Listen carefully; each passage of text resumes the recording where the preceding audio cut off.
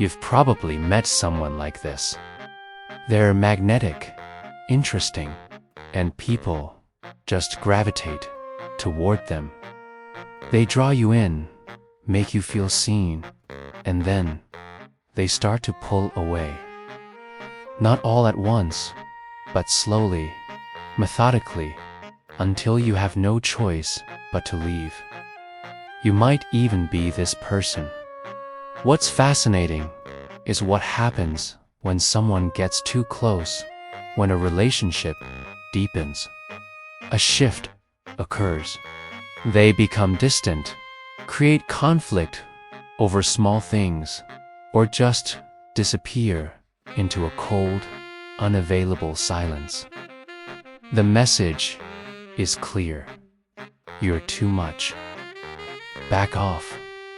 The strange thing is, they often don't even realize they're doing it.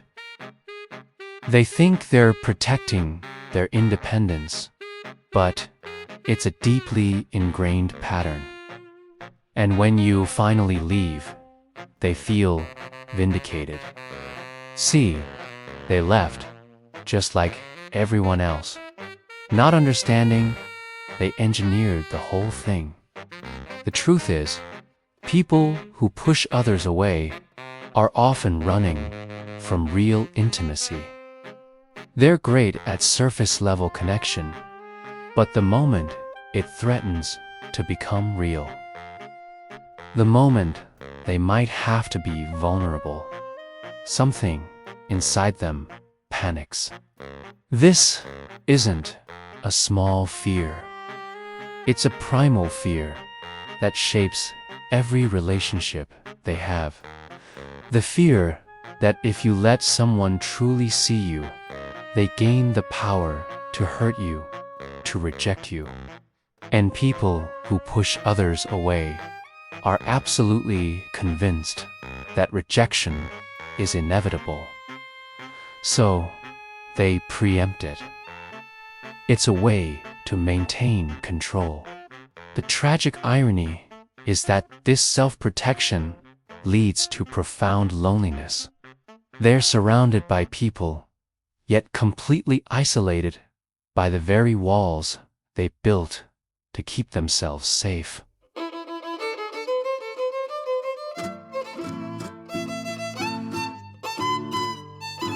Sometimes this pushing comes out as anger.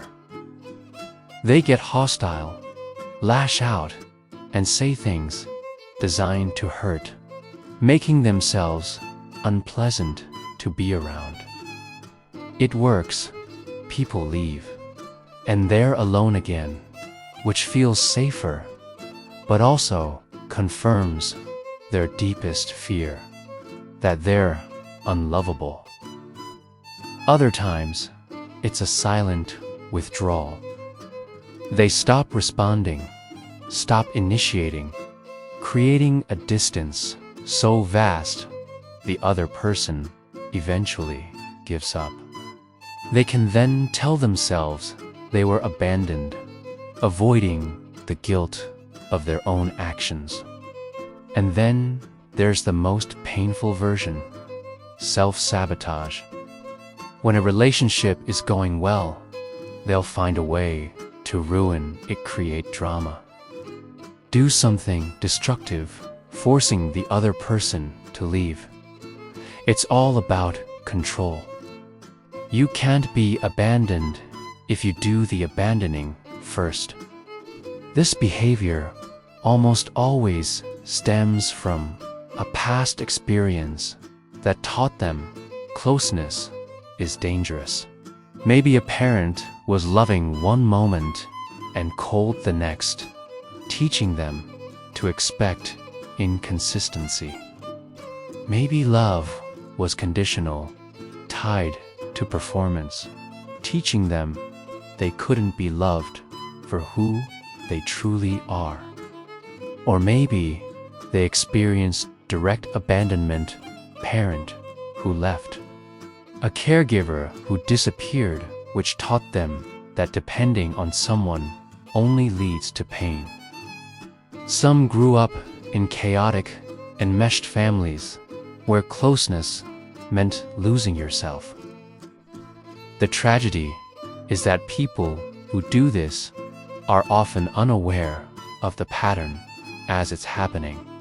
They see the other person as too needy, too demanding, anything but the truth that they themselves are orchestrating the breakup.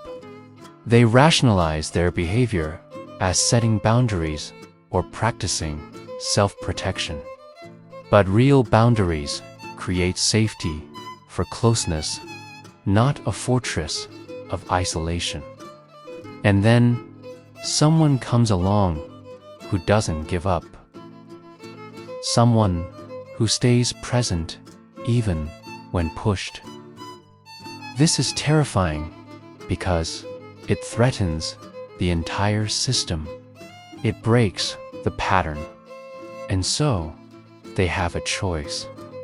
Let the walls down or push even harder. Usually, they push harder because letting someone in feels like dying. Over time, this pattern intensifies. The pushing gets more sophisticated. The isolation deepens. And the belief that they're meant to be alone becomes a self-fulfilling prophecy. But here's the crucial thing to understand. This pattern can change. It was learned, and anything learned can be unlearned. It requires something terrifying, though: vulnerability. It means staying present when every instinct screams to run. It means allowing someone to see you without pushing them away the moment they get close. It requires sitting with the discomfort, the anxiety, the fear of abandonment, and choosing to stay anyway. You have to understand that you're not protecting yourself from the past anymore. You're protecting yourself from a future of connection that's right in front of you. If this resonates, if you recognize this pattern in yourself, that awareness is the first step. It's not a character flaw. It's a survival mechanism that once served you, but is now holding you back from the very connection you crave. The path forward requires patience, self-compassion, and finding someone safe enough to practice being close with. Someone who understands, who can withstand being pushed and still show up, who can prove that you are worth staying for. It's one of the hardest things a person can do. But making that choice to stay, to be present, to let someone in, over and over again's what rewires your system. It's what teaches your body that closeness can be safe, that people can be trusted, and that being known is not the same as being destroyed. If you found this helpful and want to understand more about the invisible psychology that runs our lives, subscribe to our channel. We're here to name these patterns so the healing can begin. Until next time, notice when you're pushing and practice choosing to stay.